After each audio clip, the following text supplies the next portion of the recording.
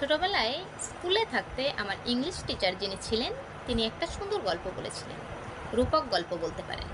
আর সেই গল্পটা এমন ছিল যে স্যার বলেছিলেন, যখন তুমি পুকুর থেকে জল নিয়ে সেটা গরম করবে, দেখবে জলটা গরম হতে অনেকটা টাইম লাগবে, এবং ওই জলটা তুমি গরম করার পর যখন রেখে দিবে ঠান্ডা করার জন্য, দেখবে বেশ টাইম নিয়ে তারপর ওই জলটা ঠান্ডা হবে। আবার মনে করো তুমি কল থেকে, অর্থাৎ পাম্প কল থেকে বা ট্যাপ থেকে, যেখান থেকে জল নাও না কেন, ওই জলটা যদি গরম করো তাহলে দেখবে খুব তাড়াতাড়ি জলটা গরম হয়ে যাচ্ছে। আর ওই জলটা তুমি যখন ঠান্ডা করতে রাখবে তখন দেখবে জলটা তাড়াতাড়ি ঠান্ডাও হয়ে গেছে। তো তার মানেটা কি বুঝলে? যে জিনিসটা যত টাইম নিয়ে গরম হবে সেটা ঠান্ডা হতেও কিন্তু ততটাই টাইম লাগবে। আর যে জিনিসটা যত দ্রুত গরম হয়ে যাচ্ছে, সেই যে জলটা বা জিনিসটা সেটা কিন্তু অল্প সময়ের ভিতরেই ঠান্ডা হয়ে যাবে। তাই যেখানেই যাও, যে ক্ষেত্রেই যাও না কেন, খুব বেশি তাড়াহুড়ো করার কোনো কিছু নেই।